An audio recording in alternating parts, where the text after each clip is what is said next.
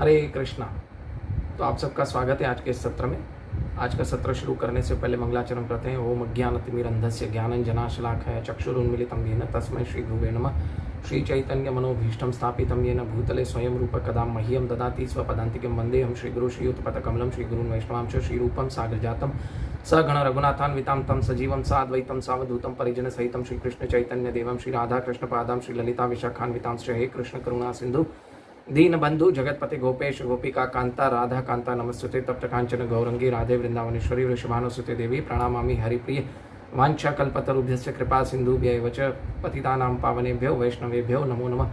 अनंत कोटि वैष्णववृंद की जय। श्रील प्रभुपाद की जय। मूकं करोति वांचालं पंगुं लंघयते यत्कृपातमहं वन्दे परमानंद माधवं श्री गुरु दीनतारिणं श्री चैतन्य ईश्वरम। हरे कृष्णा। आप सबका स्वागत है आज के इस सत्र में। और आज सबको सबसे पहले तो राधा अष्टमी की आपको सबको बहुत बहुत बधाई हो। और राधा रानी के प्रति मुझसे कोई प्रश्न मत पूछना, क्योंकि मैं उस लायक हूँ ही नहीं कि मैं आपको श्रीमती राधा रानी के बारे में कुछ बता सकूं। सिर्फ इतना बता सकता हूँ कि श्रीमती राधा रानी जो है वो भगवान की आह्लादिनी शक्ति है, ठीक है। और Shrimati Radha Rani is non different than Krishna. जो हमारा पिक्चरों में और मूवियों में जो दिखाया जाता है राधा रानी जो है, श्रीमती राधा रानी भगवान की गर्लफ्रेंड थी, ऐसा कुछ नहीं है। श्रीमती राधा रानी जो है भगवान की आह्लादिनी शक्ति है, जो कृष्णा हिमसेल्फ है, ठीक है।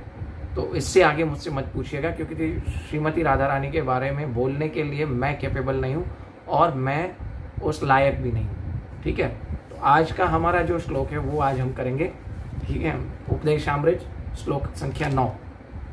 तो हमने श्लोक संख्या 8 में क्या देखा था कि अगर भगवान का सही भक्त बनना है और भगवान का प्रेम प्राप्त करना है, ठीक है। हम लोग थोड़ा 8वें श्लोक का है ना क्या अनुवाद पढ़ लेते हैं, फिर 9वां श्लोक लेंगे। ये समस्त उपदेशों का सार यही है कि मनुष्य अपना पूरा समय 24 घंटे श्री भगवान के नाम, दिव्य गुण लीलाओं तथा नित्य लीलाओं का सुंदर ढंग से कीर्तन तथा स्मरण करने में लगाए। जिस तरह जीव मन तथा मन क्रमशः व्यस्त रहे और यह उसके ब्रज गोलोक वृंदावन में निवास करना चाहिए, और वो भक्तों के मार्गदर्शन भगवान श्री कृष्ण की सेवा करनी चाहिए, और मनुष्य को श्री भगवान के प्रिय भक्तों के पद चिन्हों का अनुगमन करना चाहिए जो उनकी भक्ति की प्रगाढ़ता से अनुरक्त है, ठीक है। तो हमने इस तात्पर्य में श्रील प्रभुपाद ने 8वें श्लोक में बताया था कि पहले श्रवण दास बनना है, फिर वरण दास बनना है, फिर स्मरण दास बनना है। और उस स्मरण दास में भी भगवान ने 5 अंग बताए थे, और उसके बाद भगवान ने संपत्ति दास बनना है। कैसे बनना है वो पिछले श्लोक में हम देख चुके हैं। तो आज है श्लोक संख्या 9। तो आज का हमने टाइटल रखा है श्रेष्ठ थे श्रेष्ठतम। हिंदी में नहीं समझ में आ रहा था कैसे लिखूं, तो इसलिए मैंने सुपर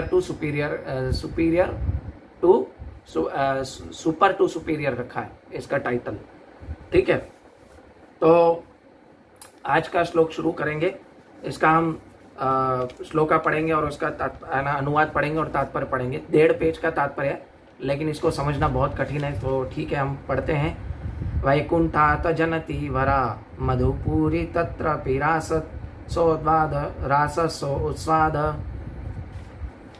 वरुण वृंदा अरण्यम उदार रमणा तत्रापि गोवर्धन राधा कुंडम इ अपि गोकुलपते प्रेम अमृत अप्लावनात् कुर्यात् अस विराजत गिरितटे सेवां वेवकी नहिका। यानी भगवान क्या बता रहे हैं, श्रील रूप गोस्वामी इस श्लोका में बता रहे हैं कि अनुवाद पढ़ते हैं। मथुरा नामक पवित्र स्थान आध्यात्मिक दृष्टि से वैकुंठ से श्रेष्ठ है, क्योंकि भगवान श्री कृष्ण वहाँ प्रकट हुए थे। मथुरापुरी से श्रेष्ठ वृंदावन का दिव्य वन है, क्योंकि भगवान ने वहाँ पे रासलीला रचाई थी। और वृंदावन के वन से भी श्रेष्ठ गोवर्धन पर्वत है, क्योंकि इससे भगवान श्री कृष्ण ने अपने दिव्य हाथों से उठाया था। और इन सबों से श्रेष्ठ परम श्रेष्ठ राधा कुंड है, क्योंकि गोकुल के स्वामी भगवान श्री कृष्ण ने अमृतमय प्रेम से आप्लावित रहता है। तब भला ऐसा कौन बुद्धिमान व्यक्ति होगा जो गोवर्धन पर्वत की तलहटी पर स्थित दिव्य राधा कुंड की सेवा करना नहीं चाहेगा।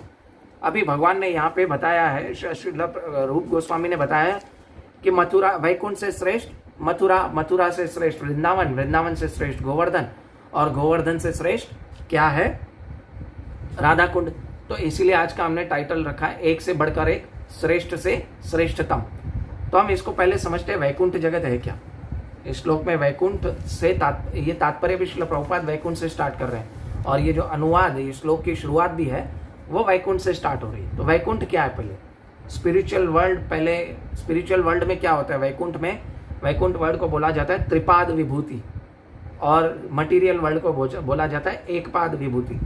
यानी त्रिपाद विभूति मतलब जहाँ पे स्पिरिचुअल वर्ल्ड में 75% यहाँ से लोग ज़्यादा रहते हैं, और यहाँ से 3 टाइम्स, मतलब 3 टाइम्स तो नहीं बोलेंगे, बहुत ज़्यादा बड़ा वैकुंठ लोक है। और मटीरियल वर्ल्ड में 25% लोग रहते हैं, ठीक है, ऑल मटीरियल वर्ल्ड, ठीक है, जीवात्माएं की बात हो रही है। और वैकुंठ में क्या है, जहाँ कुंठा नहीं हो, कुंठा मतलब जहाँ पे एंजाइटी नहीं हो, उस लोक को बोला जाता है वैकुंठ। और दूसरा, वैकुंठ में क्या होता है कि भक्ति बढ़ती रहती है ना। और भक्ति जैसे वैकुंठ में जाके अगर आपकी भक्ति शांत हो गई तो वो वैकुंठ नहीं है ना। क्यों? क्योंकि वहां तो भक्ति बढ़ती रहती है, आनंद बढ़ता रहता है, इसलिए उसको क्या बोला जाता है, वैकुंठ बोला जाता है। और वैकुंठ में कभी भक्ति खत्म नहीं होती, और वैकुंठ में भक्ति का हिसाब से आनंद बढ़ता रहता है। जितना आपकी सेवा बढ़ेगी उतना आपका आनंद बढ़ता रहेगा, और उतनी आपकी क्या भक्ति बढ़ती रहेगी, है ना। तो वैकुंठ मटीरियल वर्ल्ड से सुपीरियर, ये हम तो सबको पता है। लेकिन वहाँ पर वैकुंठ में क्यों सुपीरियर है, क्योंकि वहाँ पे भक्ति की कोई लिमिटेशंस नहीं है, और वो भौतिक जगतों के नियमों से क्या है, बाहर है। इसीलिए जो वैकुंठ जगत है वो है ना मटीरियल वर्ल्ड से सर्वश्रेष्ठ है। भक्ति की एक्चुअली लिमिटेशन हमारे मटीरियल वर्ल्ड में भी नहीं है, परंतु हमारी जो शरीर की लिमिटेशंस है वो यहाँ पे है। इसीलिए जो मटीरियल वर्ल्ड है वो दिव्य है, वैकुंठ, इसलिए उनको कहा जाता है, स्पिरिचुअल वर्ल्ड को वैकुंठ कहा जाता है। इसीलिए वो भक्ति में सबसे सर्वश्रेष्ठ है। परंतु यहाँ पे श्रील रूप गोस्वामी क्या कह रहे हैं, वैकुंठ से मथुरा सुपीरियर है। ऐसा क्यों बोल दिया? क्योंकि मथुरा में भगवान ने क्या किया था, जन्म लिया था। क्योंकि देखो मथुरा पहले है क्या, मथुरा जो है मटीरियल वर्ल्ड जो है, जो ये मथुरा वर्ल्ड जो है, मथुरा मटीरियल वर्ल्ड की बात हो रही है। तो ये मथुरा है क्या, ये मथुरा है जो वैकुंठ का जो मथुरा है ना, वो एज इट इज भगवान ने उसका स्पिरिचुअल वर्ल्ड से नीचे आया हुआ एक हिस्सा है, वो मटीरियल वर्ल्ड में आया है, ये स्पिरिचुअल वर्ल्ड का हिस्सा ही है। इसीलिए मथुरा, ये मथुरा है जो मटीरियल वर्ल्ड में की बात हो रही है, ये स्पिरिचुअल वर्ल्ड की परछाई है, ठीक है। लेकिन मथुरा में क्या होता है, वहां पर भगवान एज अ किंग रहते हैं हमेशा। और मटीरियल वर्ल्ड का जो मथुरा में भगवान जन्म लेते हैं, फिर बड़े होते हैं, 16 वर्ष के होते हैं, 11 वर्ष के होते हैं, फिर बड़े होते हैं, फिर युद्ध करते हैं, राजनीति करते हैं, फिर वहाँ पे भगवान क्या करते हैं, धीरे धीरे, मतलब वो मथुरा से वृंदावन, वृंदावन से फिर जाते हैं द्वारिका से फिर कुरुक्षेत्र आते हैं, युद्ध करते हैं। तो इसीलिए जो मथुरा को बोला गया है वो सबसे सर्वश्रेष्ठ बोला गया है, वो वैकुंठ लोक से भी, ठीक है, क्योंकि यहाँ पर भगवान अवतरित होते हैं। और मथुरा स्पिरिचुअल वर्ल्ड से भी ऊपर इसलिए है क्योंकि जो आध्यात्मिक जगत में है, आध्यात्मिक जगत से भौतिक जगत में अवतरित हुआ है, इसीलिए वो क्या, मथुरा जो है वो वैकुंठ से श्रेष्ठ है। फॉर एग्जाम्पल, आध्यात्मिक जगत में प्रकाश है, ठीक है, और मटीरियल वर्ल्ड में प्रकाश नहीं है, अंधेरा है। लेकिन वो प्रकाश का एक हिस्सा अगर मटीरियल वर्ल्ड में आता है तो वो क्या है, वो श्रेष्ठ दिखेगा। एक और एग्जांपल दूंगा, जैसे एक कोयला है, कोयले का हिस्सा पड़ा हुआ हो, पहले बहुत सारे हीरे हों, ठीक है, और वहाँ में एक हीरा और रखा जाए तो उस हीरे की चमक का ज़्यादा फर्क नहीं पड़ता। लेकिन एक कोयले के अंदर है ना एक हीरा रखा जाए तो उसमें वो चमकता है। तो उसी प्रकार ये जो आध्यात्मिक जगत का हिस्सा मथुरा है वो भौतिक जगत में है, और यहाँ पर भगवान ने क्या किया, जन्म लिया। इसीलिए इस मथुरा को क्या बोला जाता है, भौतिक जगत का जो ये मथुरा है, जो आध्यात्मिक जगत का हिस्सा ही है, उसको क्या बोला जाता है कि वैकुंठ से श्रेष्ठ है। और स्पिरिचुअल वर्ल्ड देखो इंटरेस्टिंग है, स्पिरिचुअल वर्ल्ड जब मटेरियल वर्ल्ड में उतरता है तो वो ज़्यादा इंटरेस्टिंग हो जाता है, ज़्यादा आकर्षित हो जाता है। जैसे मैंने आपको हीरे का एग्जाम्पल दिया, ठीक है। तो और दूसरा होता है, स्पिरिचुअल वर्ल्ड में भगवान लीलाएं नहीं करते हैं, वैकुंठ में भगवान लीलाएं नहीं करते। वैकुंठ में क्या होता है, वैकुंठ में भगवान क्या करते हैं, सिर्फ है ना ऐश्वर्य भाव में रहते हैं, तो हमें क्या उनका दास्य भाव में रहना पड़ता है, उनकी सेवा करनी पड़ती है। लेकिन जब भगवान है ना स्पिरिचुअल वर्ल्ड से मटीरियल वर्ल्ड में आते हैं, है ना, तो भाव का, स्पिरिचुअल वर्ल्ड में क्या होता है, भाव का रस नहीं होता, सिर्फ सेवा भाव होता है। परंतु मटेरियल वर्ल्ड में जब भगवान आते हैं तो हमें वात्सल्य रस मिलता है ना। जैसे देवकी और वसुदेव, उनको वात्सल्य भाव मिला ना मथुरा में, तो उसका वो एंजॉय कर सके। इसके लिए क्या है, मथुरा जो है, जो मटेरियल वर्ल्ड का जो हमारा मथुरा है, जो स्पिरिचुअल वर्ल्ड से ही उतरा है, वो क्या है ना, ज्यादा श्रेष्ठ है ना, वैकुंठ से। और भगवान का दूसरा यहाँ पर जन्म हुआ, इसीलिए वो भगवान का यहाँ पे अलग अलग रसों का आस्वादन होता रहता है, माधुर्य रस, प्रेम रस, ऐसे अलग अलग रस, जो रसों का वात्सल्य भाव स्पेशली यहाँ पे आस्वादन होता रहता है। इसीलिए जो है मटेरियल वर्ल्ड का जो मथुरा है, जो स्पिरिचुअल वर्ल्ड का हिस्सा है, वो सर्वश्रेष्ठ है। और मथुरा में दूसरा यहाँ पे श्रील रूप गोस्वामी बता रहे हैं भगवान ने जन्म लिया था। ठीक है, तो इसका तात्पर्य थोड़ा पढ़ते हैं, फिर मथुरा से वृंदावन क्यों श्रेष्ठ है वो भी जानेंगे। ऐसे इसलिए आज का टाइटल है श्रेष्ठ से श्रेष्ठतम, सुपर टू सुपीरियर। तो तात्पर्य श्रील प्रभुपाद द्वारा, आध्यात्मिक जगत वैकुंठ पूर्ण पुरुषोत्तम भगवान की संपूर्ण सृष्टि की 3/4 भाग में फैला है। मैं बोला ना, त्रिपाद विभूति, और यह सर्वाधिक उन्नत क्षेत्र है।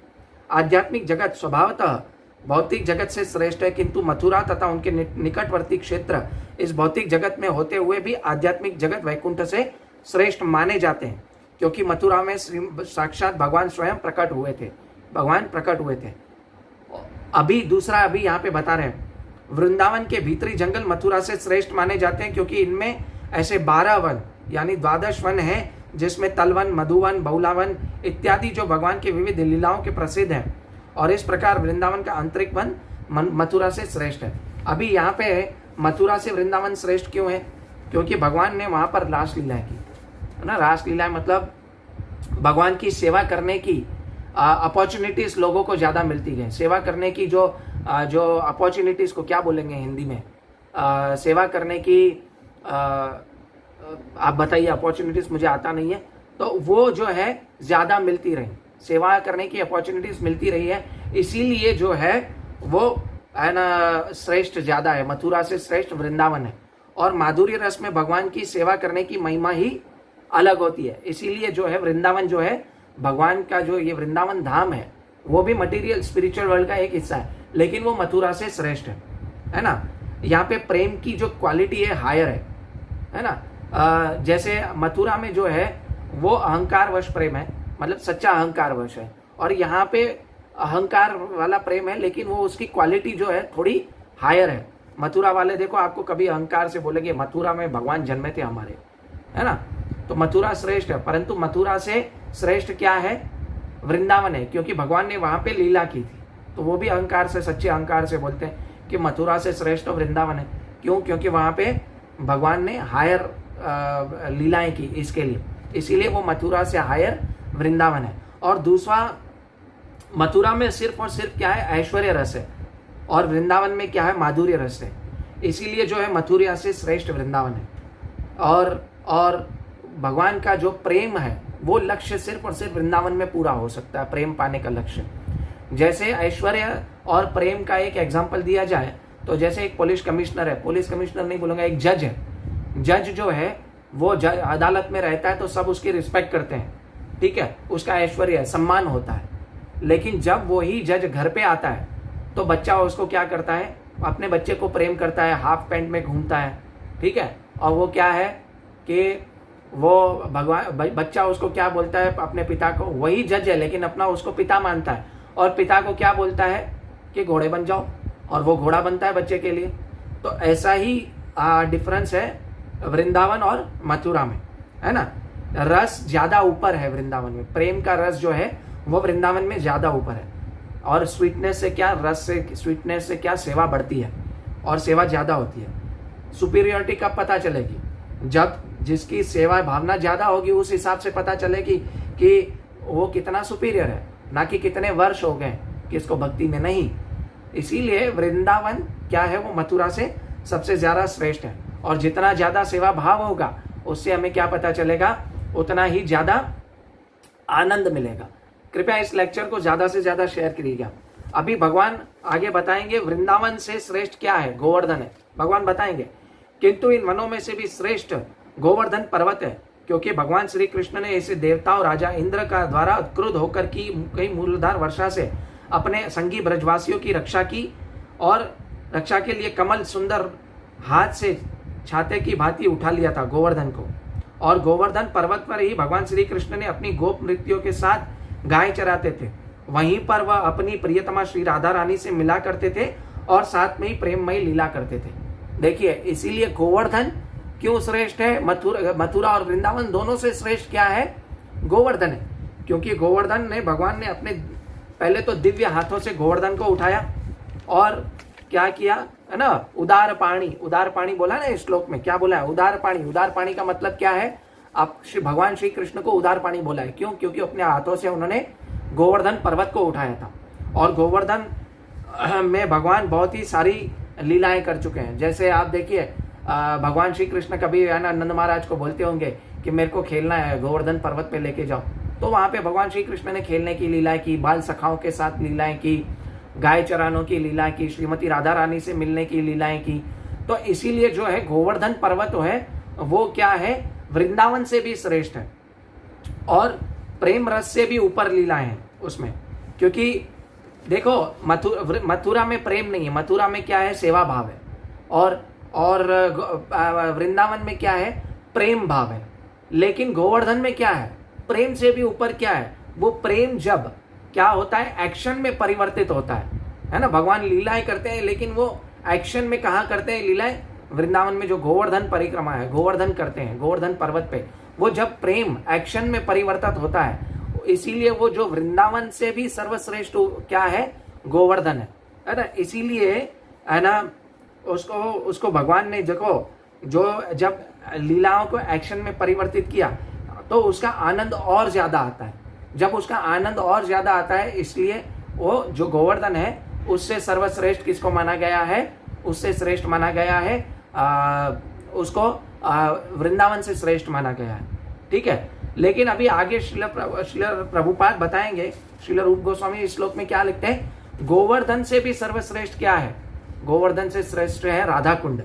देखते हैं, गोवर्धन की तलहटी पर स्थित राधा कुंड इन सबों से श्रेष्ठ है, क्योंकि वह वही स्थान है जहां भगवान श्री कृष्ण का प्रेम उफानता पर था और उच्च कोटि के भक्त राधा कुंड में निवास करना अत्यधिक पसंद करते हैं, क्योंकि यह स्थान भगवान श्री कृष्ण तथा राधा रानी के पारस्परिक सनातन प्रेम व्यापार की अनेक स्मृतियां का स्थल है ना। अभी गोवर्धन तट पर तलहटी पर क्या स्थित है? राधा कुंड स्थित है। राधा कुंड श्रेष्ठ क्यों है गोवर्धन से? क्योंकि वहां पे रस की बाढ़ आई हुई है, प्रेम रस की बाढ़ आई हुई है ना। प्रेम रस क्या उफान पे है, बोलते हैं ना, क्या बोल रहे हैं? गोवर्धन पर्वती पर तलहटी पर स्थित राधा कुंड इन सबों से श्रेष्ठ है, क्योंकि वह स्थान जहां भगवान की श्री कृष्ण का प्रेम उफानता पर रहता है। उफानता यानी जैसे सुनामी में रहता है श्री कृष्ण का प्रेम। इसीलिए जो है राधा कुंड जो है वो इन सबों से श्रेष्ठ है। मथुरा, वृंदावन, वैकुंठ, मथुरा, वृंदावन और क्या है लास्ट में? गोवर्धन पर्वत। इन सब से श्रेष्ठ राधा कुंड है ना। और माधुर्य भाव की चरम सीमा को पार कर जाता है और इससे दिव्य सेवा भाव आता है उसमें भी, और दिव्य प्रेम भाव आता है ना। जितनी भक्ति ज्यादा इंटेंस होगी उतना आनंद अनलिमिटेड आएगा। तो इसीलिए जो राधा कुंड है वो इसीलिए सबसे सर्वश्रेष्ठ माना गया है इन तीनों में से। इसीलिए हमारे गोस्वामी, हमारे आचार्य कहते हैं कि राधा कुंड पे आप अपना रहना चाहिए, एटलीस्ट मन से तो रहना चाहिए। अगर आप एक बार राधा कुंड, श्याम कुंड जाते हो तो उसके बाद आपका मन वहां पे होना चाहिए, राधा कुंड पे। राधा कुंड पे जिसका मन लग गया वो कृष्ण की उच्चतर भक्ति को प्राप्त कर सकता है। ठीक है, प्रेम को प्राप्त कर सकता है। लेकिन इसमें आगे श्रील प्रभुपाद इस तात्पर्य में लिखते हैं कि सिर्फ गौड़ीय वैष्णव जो है वो राधा कुंड की महिमा समझ पा सकते हैं। क्यों? क्योंकि राधा कुंड की महिमा को और हमारे श्री चैतन्य महाप्रभु ने उसको बतलाया था हमें, और राधा कुंड को खोज किसने की थी?